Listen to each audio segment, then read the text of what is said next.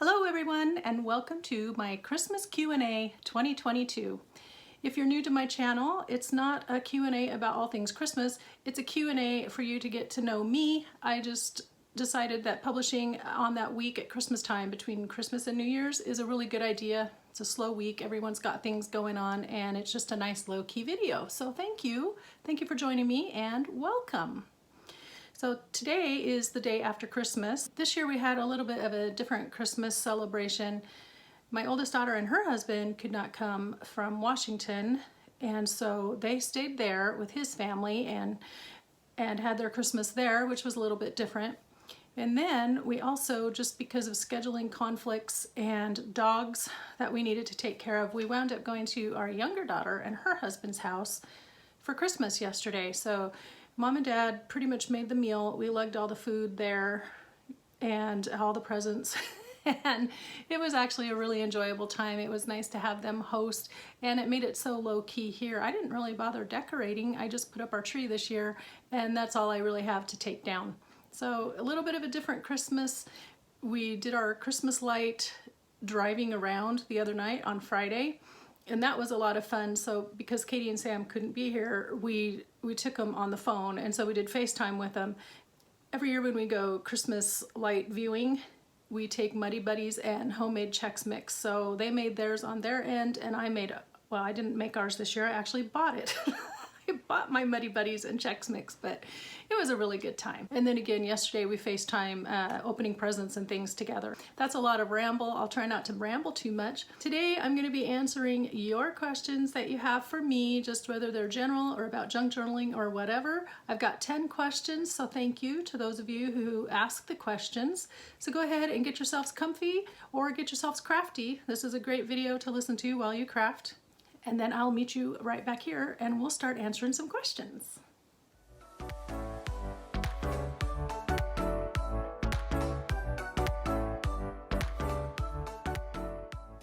All right, let's get started.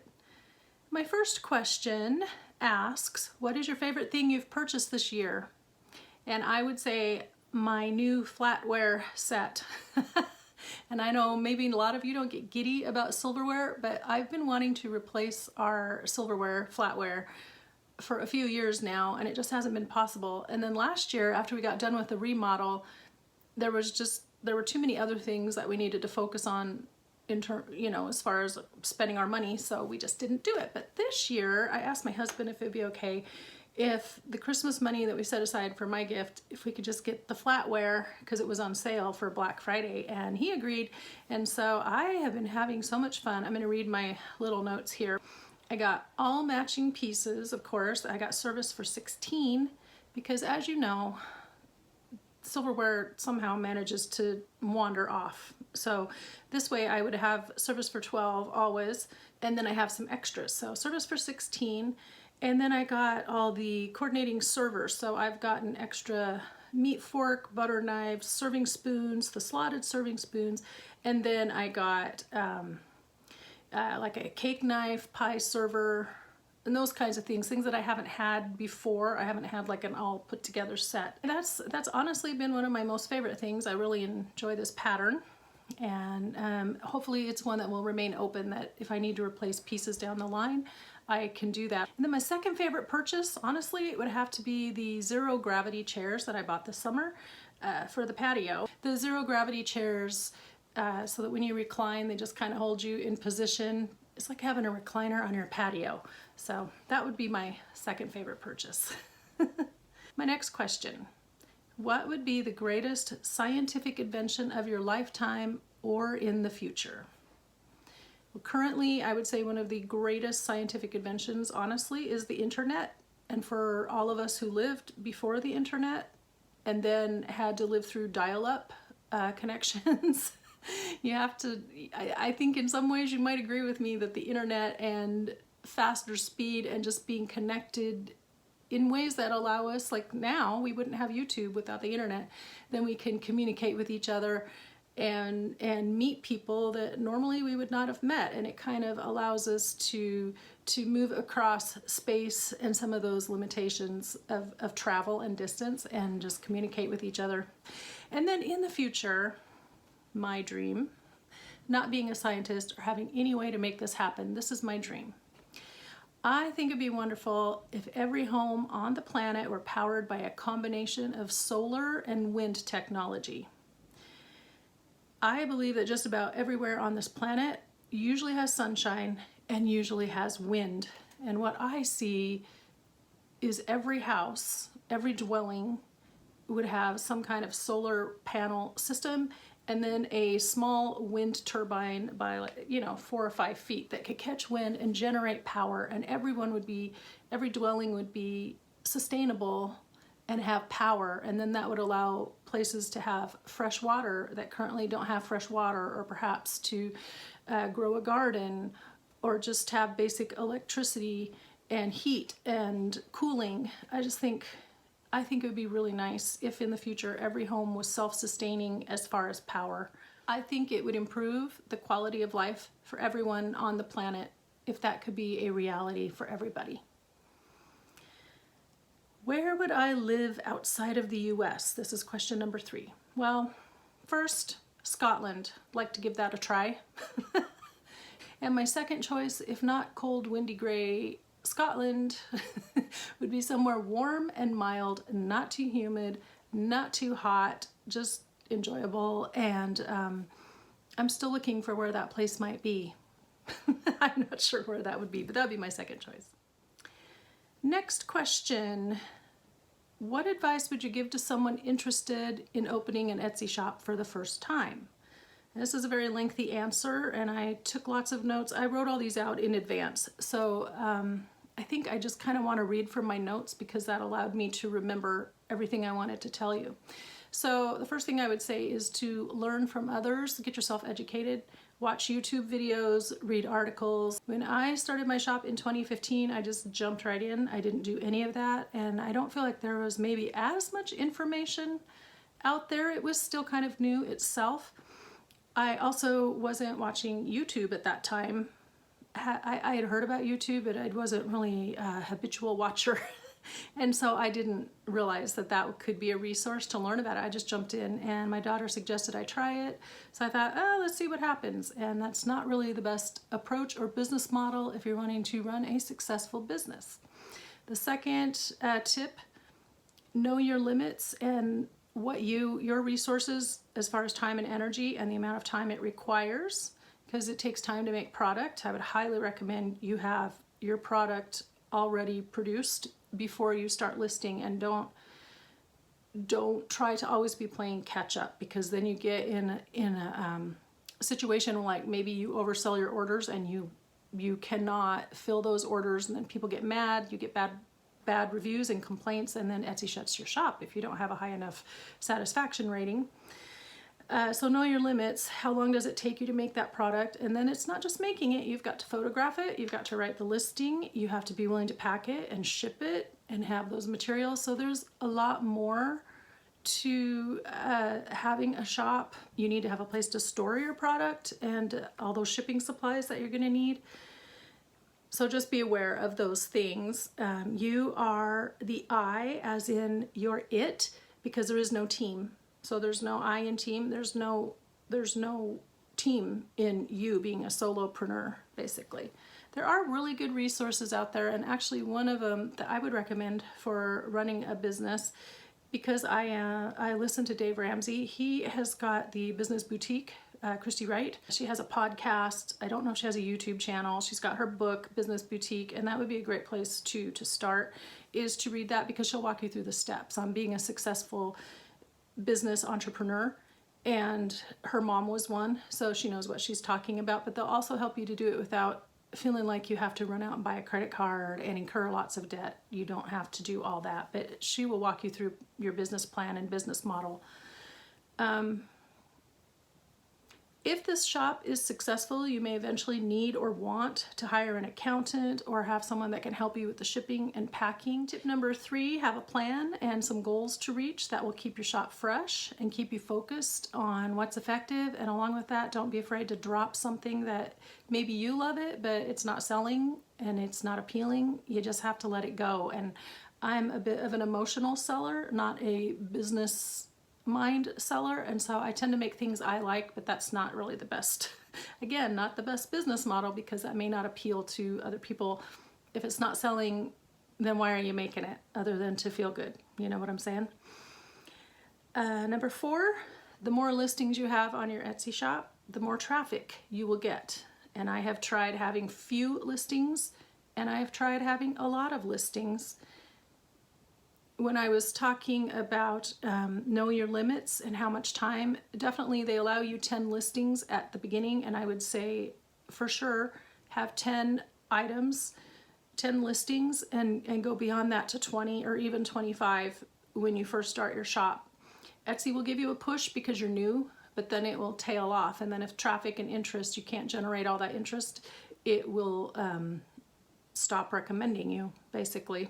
They have a lot of hoops to jump through, and over the years they keep adding more, and I don't jump through those hoops, and so my shop personally has not been as successful as I think it could have been because I don't offer free shipping on everything. I don't pay for promoted offsite ads. I don't do a lot of the things that they have started instituting, mainly because I can't afford it. If I made a lot of money, great, I would do all those things, but I don't. So it's just an outlet for me to get my stuff out there, but it takes up time, and then you have to go check it and make sure you're checking your messages and things like that. So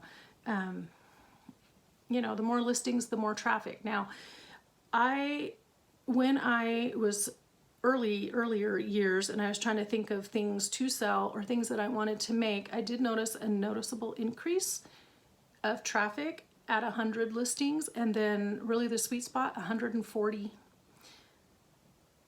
So that's just the way it is. The more listings you have, obviously you're going to attract more traffic because you have more variety and more, you're going to reach a broader base of customers because you have more items that would appeal to a wider group of people.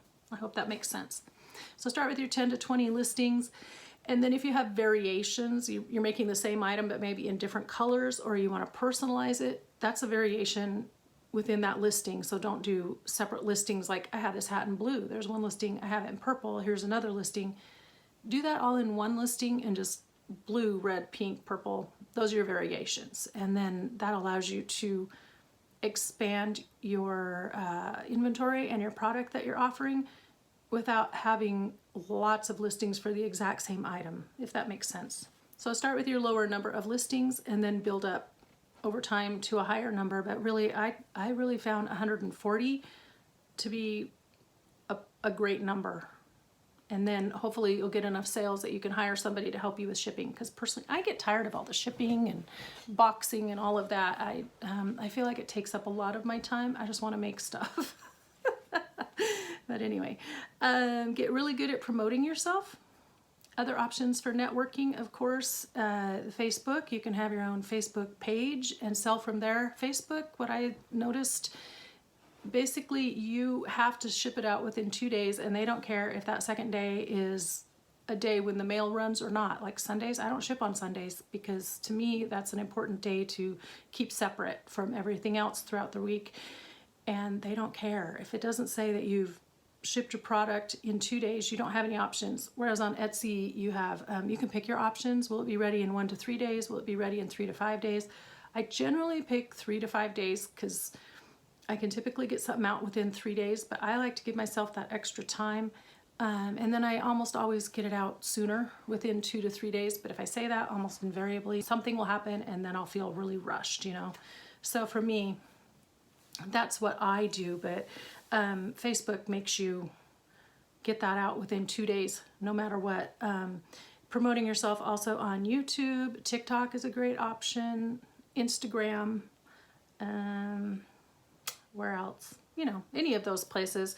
And that's honestly why I started this YouTube channel, was to promote myself better than what Etsy was doing. And I've kind of discovered that I actually enjoy the YouTube more than I enjoy running an Etsy shop. So I've switched my focus from being an online seller to being an online content creator, and that's really where my joy lies. But I enjoy making the things, and this is how I promote myself. Last little tip is to remember, I'm trying to remember the name of the channel now that I like to watch. I can't think of her name, but she's got so many really good tips. And If I'll go look her up and I will put her down below. But I learned from this channel 1 to 3% of views to a ratio of 1 to 3% from number of views on your shop to items purchased is considered really good when you're an e-commerce seller. 1 to 3%. So, you know, you get 100 views and you might get 1 to 3 sales out of that 100 views. That's considered a really good successful ratio. And I have noticed that my shop does kind of follow that guideline, but it just doesn't feel like it's fast enough or enough. If you go look at my shop right now, you'll see that I think I'm down to 30 listings. I'm just letting them all expire because part of it, I've had some things in there for so long that I'm tired of looking at them, and that's just my creative side gets bored. And also last year I tried to shut down my Etsy shop and just kind of empty it out.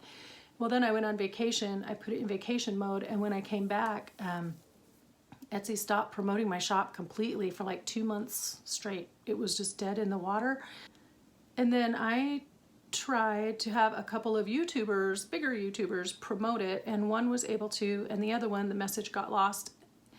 I learned through that in the end, you cannot rely on the good intentions of somebody else to do your hard work for you. You have to do it yourself. And so while opportunities may come up for other people to promote your shop or advance it, at the end of the day, you cannot rely on the good intentions of others to get your shop ahead. You have to only rely on your hard work and your push to do it, to be successful. So hopefully that has given you a good idea and not discouraged you. It's just what you're willing to do, and then really evaluate yourself and decide, am I a business person or am I more of a creative person? If you have somebody that can help with the business aspect, that would be a bonus in my mind. If you're naturally good at that, great. I'm not. I struggle. I finally have just focused it all down to YouTube. YouTube's my focus. It just takes up a lot of time. Online stuff takes time. Just really evaluate and learn as much as you can, and then get your product ready and open that shop. Let's see, next question. From my experience, what shapes of papers go well together for making junk journals, tags, ephemera, scrapbooking? And I'm not exactly quite sure what you meant by shapes or if it autocorrected, but I think you're just thinking of like the size of the paper, maybe. I know a standard size for making journals is like 9 inches tall by 6 inches wide. That's kind of a standard book cover size too, and that's a popular one because you can take an 8.5 by 11 sheet of paper and then you can just fold it in half and it will fit in a 9 by 6 cover. It gives you about a 1/2 inch all the way around. You know, as you know, I like to pick a variety of papers, and I've done the tabbed index pages, I use book pages, I use copier paper, I use scrapbook paper, cards, pages from the gift books, music pages. I mean, all of the things, and I really enjoy that. So it's really more objective as far as what you like, but if you want to just be able to make them a little bit easier or maybe assemble them a little bit quicker, stick to like an 8.5 by 11 size sheet and then put them in a 9 by 6 cover. And I'm referring to stitching in your signatures there. Now if you want to just use one where like maybe you assemble with the book rings, also binders, the binder style, or you just open and close the binder and put it in. You can put in any kind of paper that way because you're just doing it as single sheets. Find your favorite kind and then stick with it. Let's see, next question. What is my favorite Christmas movie? Okay, well this took me a bit of thinking, and I didn't think I would have to think so hard on this, but I watched so many. So I had to really think hard. So many good ones, new ones and old ones. Let's see, one of my top favorite Christmas movies, which my kids tell me is not a Christmas movie, but I feel like it is You've Got Mail with Meg Ryan and Tom Hanks, because it kind of starts at Christmas. It feels Christmassy to me. Polar Express is probably in my top 3. I love the music. I love the storyline. I just love Tom Hanks in that. I love the whole thing. Polar Express is great. But upon careful reflection, lots of thinking, I would say my absolute most favorite Christmas movie is drum roll please, A Christmas Story. And it's slightly quirky and comical and sometimes can be a little crass, but not terribly so. Anyway, it's my favorite one still. I think every time I think of it, I laugh and I giggle. And part of that I think is because it came out when I was in college and I went with two of my besties down to the Dollar movie theater in Portland and we saw that movie together and it was hilarious. We still laugh when we think about it. And so when I watch that movie, it brings back really happy times of going to the theater with my two friends and watching it. Plus it's just plain funny. It's just fun. Family dynamics, the things that are important to you as a kid. It reminds you of being a kid at Christmas. And it's just funny. If you could tell yourself one thing when you first started crafting, what would it be? Okay, I warned you about a lengthy answer on that other one. This is a much longer answer. Maybe I can condense it down while I'm reading it. Well, for me, I view crafting and being crafty. I have come to realize that that's actually part of who I am. That's part of my creative side. And so I started my creative journey when I was a little kid, although I didn't realize that that's what I was doing. I just had things that interested me, so I tried them. And I didn't consider myself to be artistic. When I was growing up, being creative or being an artist meant that you could draw or paint, and I cannot do either of those things really. And so I didn't consider myself as being artistic, and yet again, like over the last probably 3 to 4 years, I figured out, hey, you are a creative person. You can consider yourself an artist. You just art in a different way. You know, you practice your art in something different and you express your creativity in lots of ways. So I just thought growing up you had to draw or paint, and I kind of feel like that was reinforced in school because those were the types of art projects they all focused on. But I would find creative outlets for my creative side, and when I was a kid, my mom enrolled me several summers in a row at the local art gallery, and they taught classes. I was in grade school, and when I was there at the art gallery classes, I tried pottery, I tried tie-dye, I tried drawing. Those are the three I remember. I know there were some other ones, but I did that 2 or 3 different summers, and I enjoyed it. I really liked it, except for the drawing. I didn't like the drawing, but I gave it a whirl. I learned some things and realized I'm terrible at it. When I got a little bit older, more of my creativity came out in being musical, and I was in choirs. I tried, this is more like junior high, I did more singing, but then into high school, especially choirs. And when I was in grade school, I tried guitar. I also took piano lessons when I got older. And then when I was 9, I also started 4-H. So I took primarily cooking and sewing, and I think my creativity came out that way. And then later on, I took macrame, I took money management, I did cats, I did, in 4-H you do segments, you do different like things that you want to study.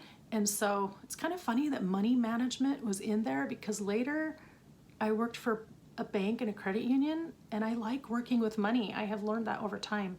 So I guess that money thing was always there, I just didn't realize it. And that's like the other side of my brain. I can do money and I can do crafting. I can't do math. I can do music. Music and money are math. So I had lots of ways that I expressed my creativity, but I didn't ever recognize that as being creative. I just have always thought of that as things that I like. So back to your original question, what would I tell myself? What would I tell little me? I would tell little me that you are creative and that creativity looks differently.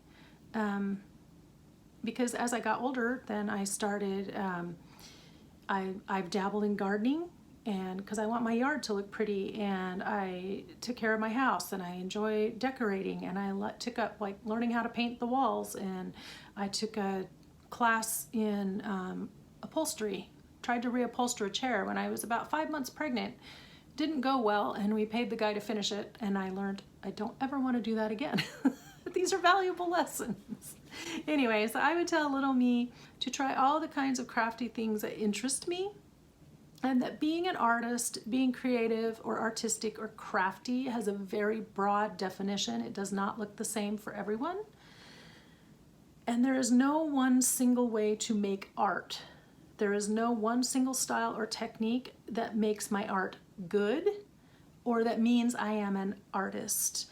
And we each create in our own style with our own flair, and don't get stuck in a rut by only creating things one way or using one type of material. All art is good and it's unique to the person that creates it.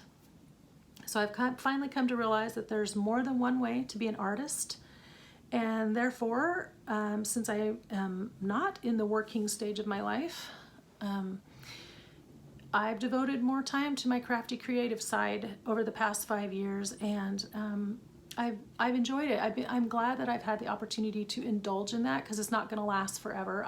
I know that, I understand that, but for right now, I really like doing it. And so, to all of you who think maybe you're not creative or crafty, you probably are. Especially if you're watching this channel and you're trying things. The other thing I've learned is that I am a tactile individual, and so what I'm always drawn to is things that use my hands. The sewing, the cooking, the decorating, the painting. When it comes to using my hands, and therefore the paper crafting, scrapbooking, tactile, the things that use my hands and I touch it and I feel it and I enjoy the textures, that is who I am. But good Lord, it took me like 50 some years to figure all this stuff out. It's so frustrating. Please, I hope you all can figure that out much younger in life than I could. There's so many things I'd love to go back and tell little me, but that's one of them. And it's okay. I have a rubber stamp that says, I want to make everything around me beautiful. That will be my life.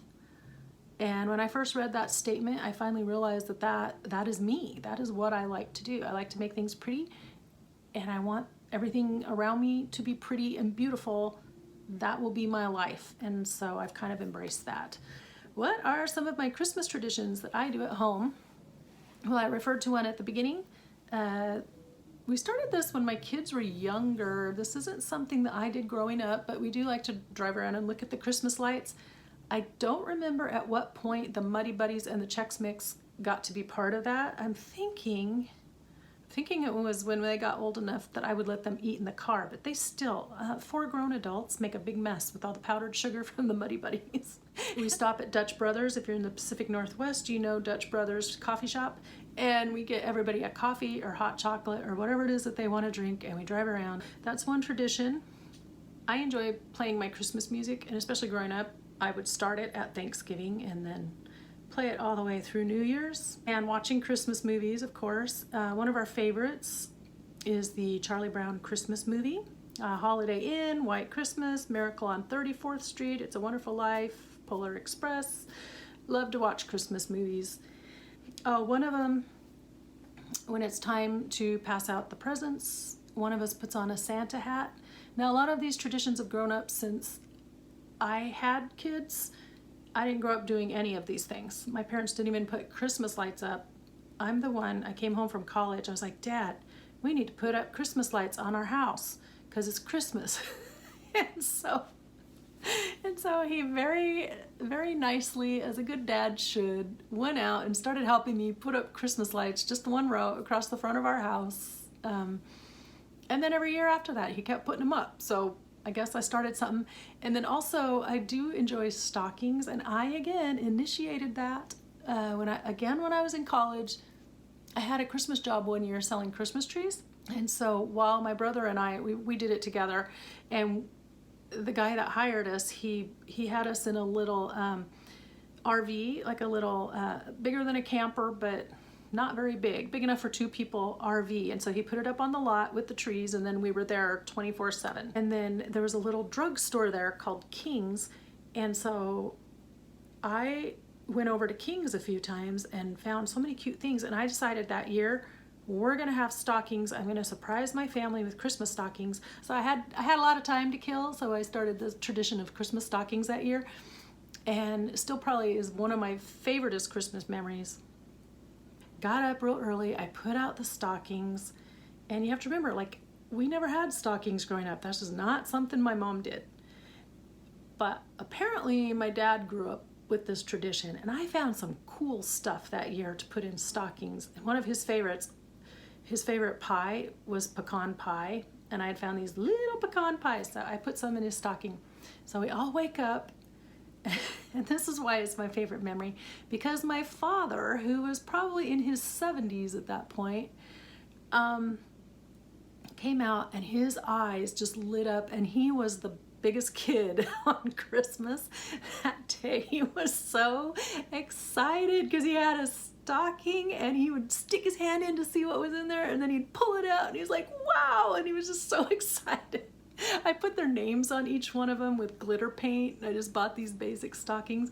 And my brothers, I remember my brother trying to look over to see what my dad has. He's like, get your hand out of my sock.